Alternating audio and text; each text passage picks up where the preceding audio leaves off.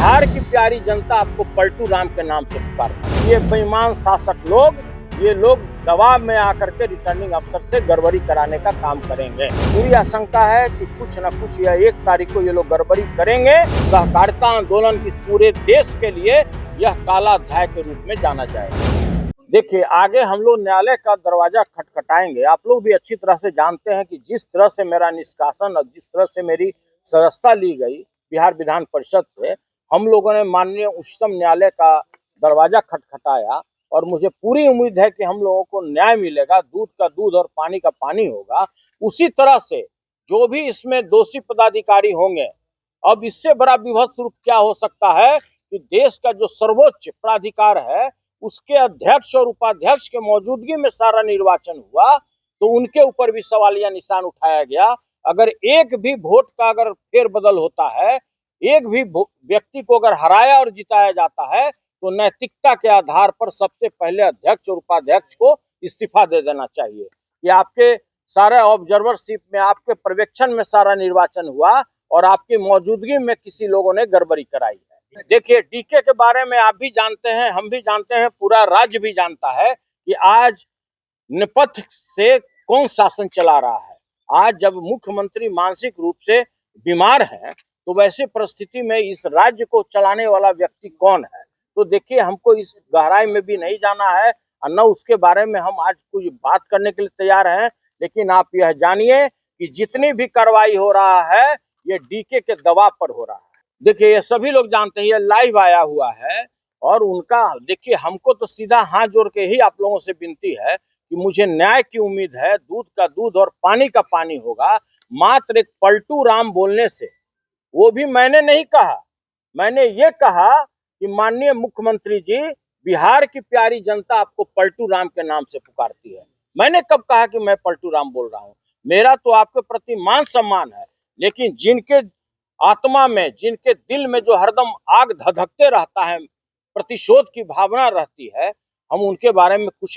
अब कोर्ट का ऑब्जर्वेशन हम और आप क्या सारे लोगों ने देखा है, सारे जो लाइव हो रहे थे तो सारे लोगों ने देखा है कि पलटू राम बोलने से अगर किसी की सदस्यता चली जाए तो इससे दुर्भाग्यपूर्ण क्या स्थिति हो सकता है। पुनः मतगणना न करा करके यह 4 दिन के बाद एक नए सिरे से इसके पुनः रिकाउंटिंग का आदेश निर्गत किया गया, जो बहुत ही दुर्भाग्यपूर्ण है। और ऐसा प्रजातांत्रिक मूल्यों का गला घोटने वाले जितने भी लोग हैं, सभी लोग एक शरीक हैं इसमें, चाहे केंद्र सरकार हो या राज्य सरकार हो, और यह काफी दुर्भाग्यपूर्ण घटना।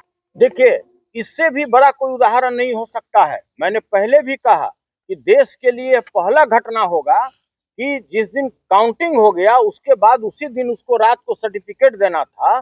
सर्टिफिकेट का तिथि निर्धारित किया गया 27 तारीख, 27 तारीख को सर्टिफिकेट नहीं दिया गया। 29 तारीख को हम लोगों को खबर किया गया कि हम लोग इसका रिकाउंटिंग करेंगे। तो यह साफ दर्शाता है कि कहीं न कहीं पूरे राज्य सरकार के दबाव पर, चाहे डीके बाबू के दबाव पर, चाहे और किसी के दबाव पर, ये पूरी तरह दबाव में रिटर्निंग अफसर कार्य कर रहे हैं। और मुझे पूरी आशंका है कि कुछ न कुछ यह 1 तारीख को ये लोग गड़बड़ी करेंगे और किसी को हराने जिताने का काम करेंगे, उसके संख्या को पुराने का काम करेंगे कि किसी तरह उसका इतना संख्या हो जाए कि उसके अध्यक्ष और उपाध्यक्ष हो जाए, जो यह काफी दुर्भाग्यपूर्ण है। और सहकारिता आंदोलन की पूरे देश के लिए यह काला अध्याय के रूप में जाना जाएगा। सहकारिता में सभी लोग जानते हैं कि सभी जाति, सभी धर्म के पार्टी के लोग होते हैं और एकजुट हो करके गरीब किसानों का, जितने भी लोग हैं, आम जनों का हम लोग सेवा करते आए हैं। जब संस्था का चुनाव नए मेंबर को शेयर अलॉट करने के बाद जब हुआ, तो उसकी भी तिथि निर्धारित की गई। जब इन लोगों को लगा कि इसमें भी हम सक्सीड नहीं कर पाएंगे, तो उसको भी किसी कारणवश, किसी मृत्यु का बहाना बनाते हुए उसमें फिर चेंजिंग किया गया।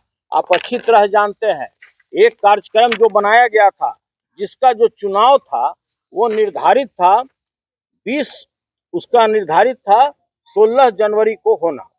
16 जनवरी के तिथि को बढ़ा करके फिर से एक नया रिशेड्यूल कार्यक्रम बनाया गया, जिसमें था कि 24 तारीख को इसका निर्वाचन होगा।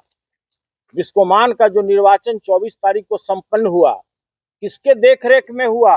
इसके लिए भारत सरकार का जो सहकारी निर्वाचन प्राधिकार है, उसके स्वयं जो सबसे बड़े देश के अधिकारी हैं, जो उसके चेयरमैन हैं और वाइस चेयरमैन हैं, उनका दौरा हुआ इसी कार्यक्रम के लिए। इसकी पत्र हम आप लोगों को हस्तगत कराएंगे। इनके नेतृत्व में, इनके देखरेख में, इनके पर्यवेक्षण में बिस्कोमान का निर्वाचन 24 तारीख को संपन्न हुआ। उसकी काउंटिंग की गई, एक एक चीज की सीसीटीवी कैमरा में और वीडियो फोटोग्राफी की गई। उसके बाद लगभग 12 निदेशक मंडल के सदस्य हमारे पैनल के जीत के आए और सरकार के पैनल के 5 लोग जीत करके आए। सभी लोग जानते हैं, जितने भी लोग हैं, समाज के लोग हैं, आप लोग भारत के नागरिक हैं, सभी लोगों को यह अच्छी तरह से पता है कि अगर कोई भी रीकाउंटिंग होता है, उसी समय रिटर्निंग अफसर को लीक कर दिया जाता है। इस काउंटिंग से हम संतुष्ट नहीं हैं, लेकिन उस समय रिटर्निंग अफसर को हम धन्यवाद देना चाहते हैं कि उन्होंने उस समय सभी लोगों को बोला कि किसी प्रकार का अगर आपको गिनती में, मतगणना में किसी प्रकार की कोई आपत्ति है तो कृपया आप लोग लीक करके दें, मैं पुनः उसका मतगणना करा दूंगा। उस समय उस स्थिति में भारत के जो सहकारी निर्वाचन प्राधिकार के जो चेयरमैन और वाइस चेयरमैन थे, वो भी उपस्थित थे। उस समय किसी लोगों ने नहीं दिया। आज जब 27 तारीख को जब हम लोगों को सर्टिफिकेट निर्गत करना था, और यह भी देश का एक अभूतपूर्व घटना है कि निर्वाचन हुआ 24 तारीख को, मतगणना हुआ 24 तारीख को, और रिजल्ट देने का भारत सरकार के अप्रूवल के बाद तिथि निर्धारित की गई 27 तारीख। 27 तारीख को हम लोग को सर्टिफिकेट, निर्वाचन प्रमाण पत्र मुहैया नहीं किया गया। 29 तारीख को शाम को जिला पदाधिकारी, रिटर्निंग अफसर के यहाँ से हम लोग को सूचना दी गई कि हम लोग 1 तारीख को पुनः इसका मतगणना करेंगे। जिस तरह से चंडीगढ़ मेयर कांड हुआ, उससे भी बड़ा कांड होने वाला है इस पटना में। डीके के दबाव पर यहाँ के रिटर्निंग अफसर एक आवेदन लेकर दिल्ली भेजे और दिल्ली से उन्होंने आदेश कराया कि इसका पुनः हम लोग मतगणना करेंगे। जो बैलेट बॉक्स है, जो मत पत्र है, जो यूज किया हुआ मत पत्र है, न तो किसी भी व्यक्ति से उस पर साइन कराया गया, न उसको सील कराया गया, और उसको इसी तरह से कहीं पे ये लोग जिलाधिकारी ने रखवाया है। हम लोग को पूरी तरह आशंका है कि ये लोग बिल्कुल गड़बड़ी करेंगे, और अगर इसमें जो मतगणना हुआ है पहले और जो लोग पहले निर्वाचित हुए हैं, अगर एक भी फेरबदल होता है उसमें, तो इसके लिए उत्तरदायी कौन होगा। तो हम लोग का प्रथम मांग है कि अगर एक भी डायरेक्टर में हार जीत होता है और उसको फेरबदल अगर किया जाता है, तो सबसे पहले जो भारत के सहकारी निर्वाचन पदाधिकारी, जो प्राधिकार के जो अध्यक्ष और वाइस चेयरमैन जो यहाँ पर आए हुए थे, जिनके निगरानी में संपूर्ण चुनाव हुआ, वो देश के सबसे बड़े अधिकारी हैं। सबसे पहले तो उनको इस्तीफा दे देना चाहिए, इसलिए कि जब अगर उनके निगरानी में सारा कार्य संपन्न हुआ, सीसीटीवी के निगरानी में हुआ, वीडियो के निगरानी में हुआ और जिलाधिकारी के निगरानी में हुआ, और फिर भी अगर रिकाउंटिंग का अगर आदेश पारित होता है, तो इस संविधान में इससे बड़ा काला अध्याय नहीं हो सकता है। इसके अतिरिक्त जिस तरह के बेईमानी करने पर ये लोग आमदा है, मुझे पूरी तरह आशंका है, मेरे पूरे टीम को आशंका है, पूरे बिहार के सहकारी आंदोलन से जुड़े हुए लोगों को आशंका है, ये बेईमान शासक लोग, ये लोग दबाव में आकर के रिटर्निंग अफसर से गड़बड़ी कराने का काम करेंगे। और इसके साथ ही मैं यह भी आप लोग के माध्यम से सूचित करना चाहता हूं कि ये लोग, जितने भी लोग हैं, इनका एक सूत्री कार्यक्रम है कि किसी तरह से इस चुनाव को अवैध घोषित किया जाए। इसके अतिरिक्त इसके टाइम को और एक्सटेंड किया जाए।